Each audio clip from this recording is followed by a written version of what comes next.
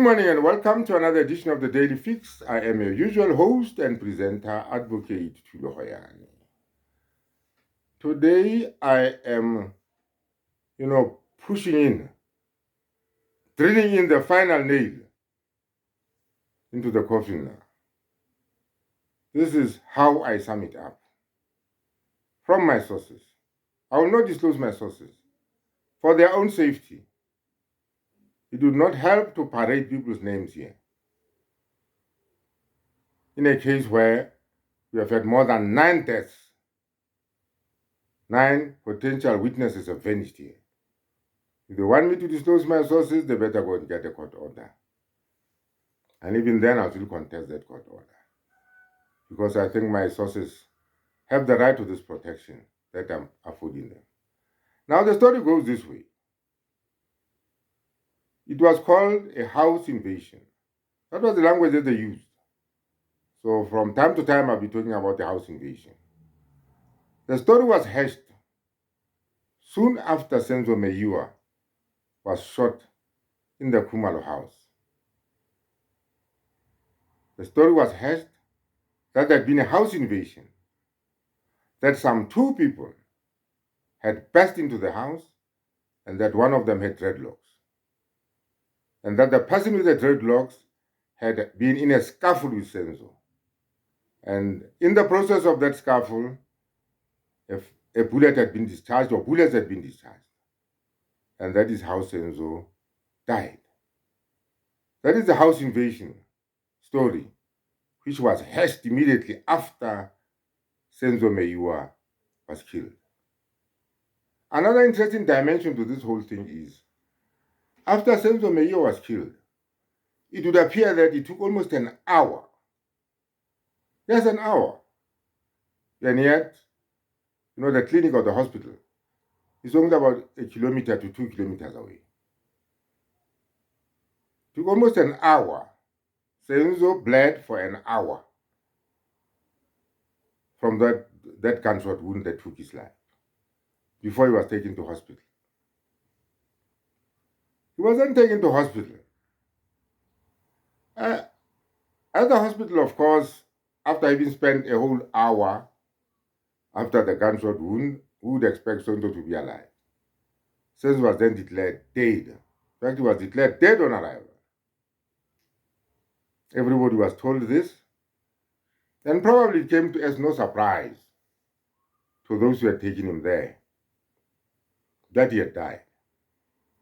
How do you expect if you take a person who has been shot, through the chest and the bullet exits his back, and you keep him in and around yourselves for 1 hour? What sort of people are these? Anyway, the story then goes, the house invasion story then goes that immediately after people left the hospital, a meeting was then convened at the Khumalo house, presided over by Major General Sibia, where everybody was told in no uncertain terms not to talk to the Phosphorus police at all about this incident. They were told that they were too traumatized to talk. They should tell the police that they were too traumatized to talk and that they were not in a position to give any statements. And yet, only a short while ago, these very same people had told General Sibia what had actually happened, the truth of what had happened. Now, that is the beginning of 636. That is how 636 was put in motion. It was a plot intended to protect Kelly Khumalo, because recall that it was Longwe brought that firearm there. It is reported he fired right in front of everybody. Senzo prevailed upon him to leave the room and dispossessed him of the firearm and gave it to Kelly Khumalo. And it was when that firearm was in the hands of Kelly Khumalo that it fired some bullets or bullet. And one of those bullets ended up fatally hitting Senzo Meyiwa. But instead of just ordinarily saying to themselves, perhaps this is an accidental shooting. You see, there was Chico to protect because this was Chico's firearm. And Chico was here. Chico was on the scene. What was Chico doing there, police been saying? An unlicensed firearm. His son was in possession of an unlicensed firearm. The same unlicensed firearm had been used to kill Senzo Meyiwa. And that firearm has never been found till today. The real firearm, I mean the real firearm. There are so many firearms here which are being put out all over the place. So the plot was to say they've been intruders, to protect these people. Now I recall that at a later stage in court, Gininda is reported to have said, oh, this was a prosecution-driven investigation, trying to explain why Kelly Khumalo was not, arrested. It was not a prosecution-driven investigation. It was a police-driven investigation. It was the senior police who, upon arriving on the scene, concocted the version of 636. Contrary to what the junior officers who opened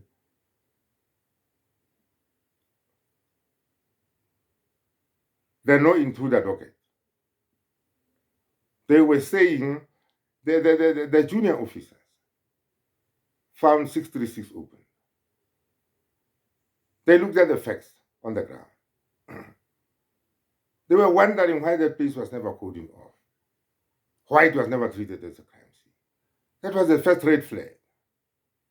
Ever since Senzo had been shot, people had been walking in and out of that place, left, right, and center.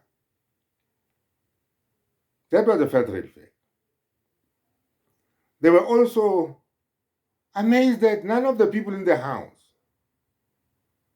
had been tested for gun residue. No gunshot residue test had been done on them. So they were simply being told that, no, the intruders here, they ran away in the direction of the park. When the investigation should have started with the people in the house. And perhaps if there was a need to move away from the house. But to move away from the house because the investigation would then necessitate that they move away from the house. Not to move away from the house because they have simply been told that, oh, well, by the very people, remember it was Kelly, it was Zandi who was doing most of the talking to these junior officers, who had a vested interest also in covering up for her sister. So that is how we came to be in this mess that we are in.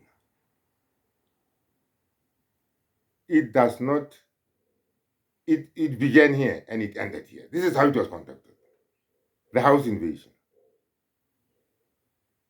So as time went on, they had to look for people, some people, to fit their own narrative now.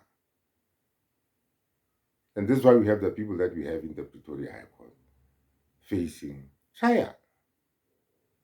It is not very clear at what stage the prosecution was roped into this. But they must have played some role. Gininda, for one, has said, it was a prosecution-driven investigation, sort of bringing in the prosecutors into the whole setup. But this is how it was cooked.